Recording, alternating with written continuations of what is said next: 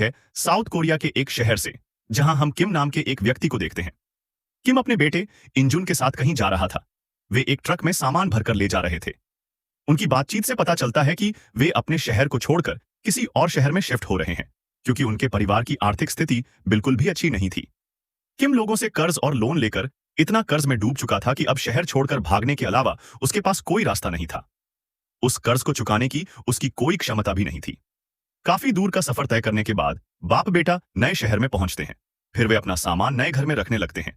यहां हमें पता चलता है कि इंजुन की मां और एक बहन है, लेकिन वे इंजुन की दादी के साथ रहती हैं, क्योंकि उसकी मां कई सालों से बीमार है और दादी ही उसकी देखभाल करती हैं, जबकि इंजुन अपने बाप के साथ रहकर पढ़ाई करता है।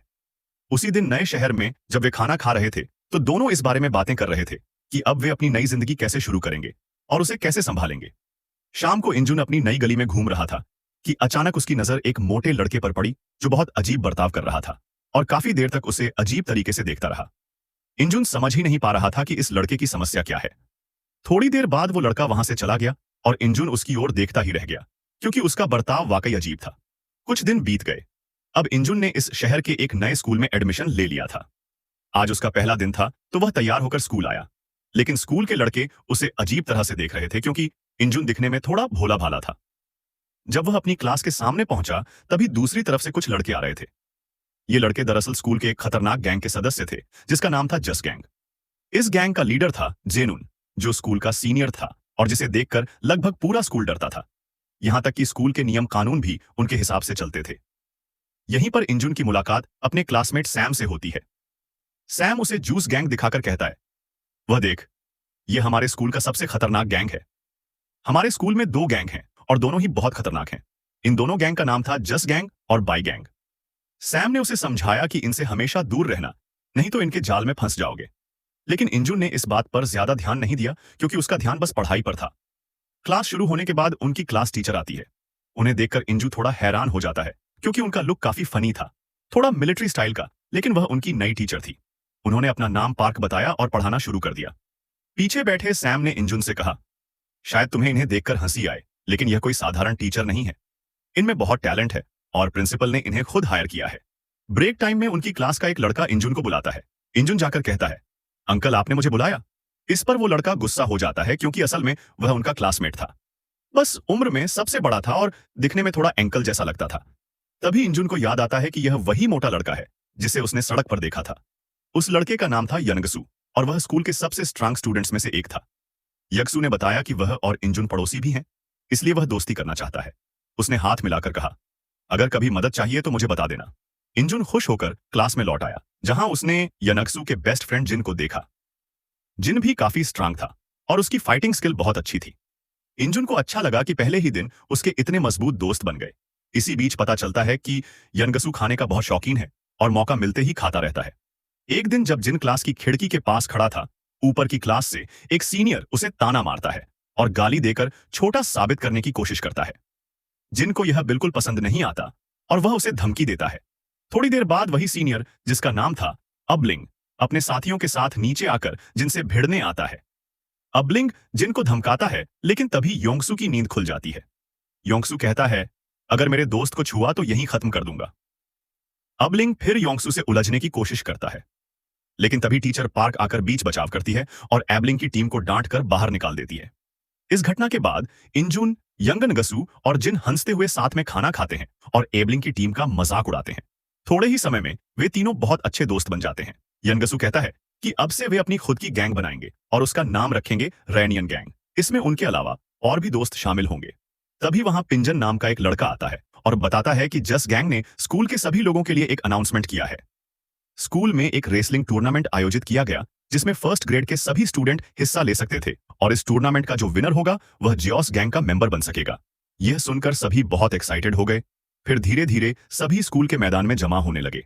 दरअसल हर किसी के मन में जस गैंग में शामिल होने की इच्छा थी, क्योंकि जस गैंग से सभी डरते थे। अगर कोई इसमें शामिल हो जाता तो उसके पास अलग तरह की पावर आ जाती, और यह पावर सबको चाहिए थी। यूनून और उसके दोस्त भी वहां सबकी एक्साइटमेंट देखने आए थे। स्टूडेंट्स में तो मानो होड़ लग गई थी टूर्नामेंट में भाग लेने की, और कई लोग पहले से ही रेसलिंग प्रैक्टिस शुरू कर चुके थे। लेकिन जो योंगसू यानी उनकी टीम का कोई भी मेंबर इस गैंग में शामिल होने की इच्छा नहीं रखता था, क्योंकि वे जानते थे कि जियोस गैंग के मेंबर्स बहुत ताकतवर और परेशान करने वाले हैं और हमेशा अपनी पावर का गलत इस्तेमाल करते हैं। इसलिए जून और उसकी टीम वहां से सीधे अपनी क्लास में लौट गए। क्लास में आने के बाद यजन फाइट प्रैक्टिस कर रहा था, क्योंकि अब उसे समझ आ गया था कि पूरा स्कूल असल में गैंगस्टर्स के कंट्रोल में है। अगर वह खुद को तैयार नहीं करेगा तो इस स्कूल में टिक पाना मुश्किल होगा। इंजुन ने जून से कहा, तू तो बहुत अच्छा फाइट करता है, क्या तू मुझे भी फाइट सिखाएगा ताकि मैं अपनी रक्षा कर सकूं? जून मान गया और उसे अलग अलग फाइट स्किल्स सिखाने लगा।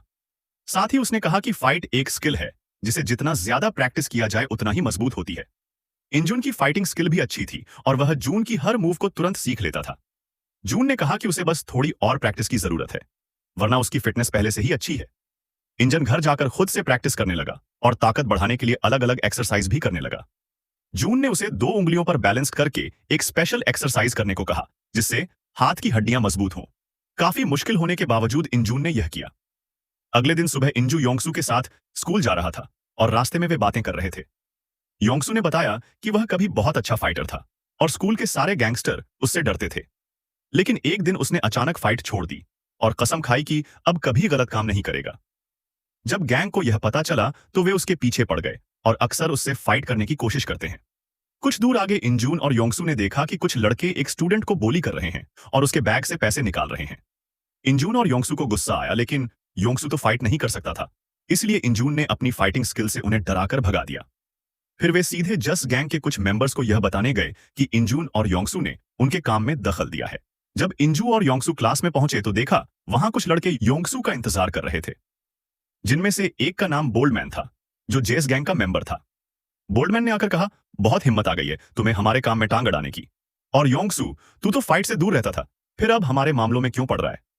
योंगसू ने फाइट करने से मना कर दिया, लेकिन बोल्डमैन ने धमकी दी कि अगर फिर उनके काम में दखल दिया तो वह नहीं छोड़ेगा। तभी जोस गैंग का लीडर जज आ गया और बोल्डमैन को थप्पड़ मारते हुए बोला, तू भूल गया कि योंगसू कभी हमारे लाइन का बंदा था। फिर उसने योंगसू से कहा कि सुना है वह टूर्नामेंट में हिस्सा नहीं लेगा, लेकिन वह चाहता है कि योंगसू इसमें शामिल हो, क्योंकि उसे यकीन है कि योंगसू जीतेगा और उनकी टीम में जुड़कर स्कूल में उनकी पावर बढ़ाएगा। योंगसू ने साफ मना कर दिया और कहा कि वह कभी गैंग में शामिल नहीं होगा, क्योंकि उसने फाइट छोड़ दी है और अब बस पढ़ाई खत्म करके यहां से निकलना चाहता है। जॉन गुस्से में बोला, फाइट छोड़कर तो तेरे तेवर बहुत बढ़ गए हैं, देखना एक दिन तुझे मेरी टीम में आना ही पड़ेगा। इतना कहकर वह अपने मेंबर्स के साथ चला गया। इंजुन ने योंगसू से कहा कि उन्होंने धमकी दी, लेकिन फिर भी तुम्हें हाथ तक नहीं लगाया। योंगसू ने कहा, क्योंकि वे मेरी फाइटिंग स्किल जानते हैं। स्कूल छुट्टी के बाद इंजुन योंगसू के घर गया, क्योंकि वह उसकी फाइटिंग स्किल के बारे में और जानना चाहता था। वहां उसने देखा कि योंगसू एक साथ 50 उबले अंडे खा रहा था, जिससे उसे अंदाजा हुआ कि योंगसू इतना स्ट्रांग क्यों है। इंजुन ने पूछा कि जॉन ने क्यों कहा कि वह उनके लाइन का था। योंगसू ने बताया कि वह भी पहले गैंगस्टर था और हमेशा फाइट करता था, लेकिन बाद में अपनी गलती समझकर सही रास्ते पर आ गया। जॉन चाहता है कि वह अपनी कसम तोड़कर फिर फाइटिंग लाइन में लौट आए, ताकि उनकी गैंग और स्ट्रांग हो जाए। अगले दिन स्कूल में योंगसू को खबर मिली कि जॉस गैंग उसके छोटे भाई को पकड़कर बास्केटबॉल क्लब में ले गए हैं। वह तुरंत अपनी टीम के साथ वहां पहुंचा और देखा कि वे उसके भाई को बुली कर रहे हैं। जॉन ने कहा कि योंगसू तो उनसे फाइट नहीं कर सका, इसलिए अब उसका भाई बोल्डमैन से लड़ेगा। अगर उसने फाइट नहीं की तो उसे कायर समझा जाएगा। योंगसू का भाई गुस्से में चैलेंज स्वीकार कर लेता है। फाइट शुरू होने से पहले बोल्डमैन कहता है कि कफन का इंतजाम कर लो, क्योंकि उसका भाई मरने वाला है। योंगसू को गुस्सा आता है, लेकिन वह खुद को कंट्रोल में रखता है। फाइट में योंगसू का भाई बोल्डमैन को अच्छे से रोकता है, लेकिन आखिरकार बोल्डमैन चालाकी से उसके गले पर पैर जमाकर पकड़ लेता है। फिर पैर से छुटकारा पाकर वह उसे बुरी तरह मारता है और योंगसू को ताने मारता है कि वह और उसका भाई एक जैसे नहीं दिखे।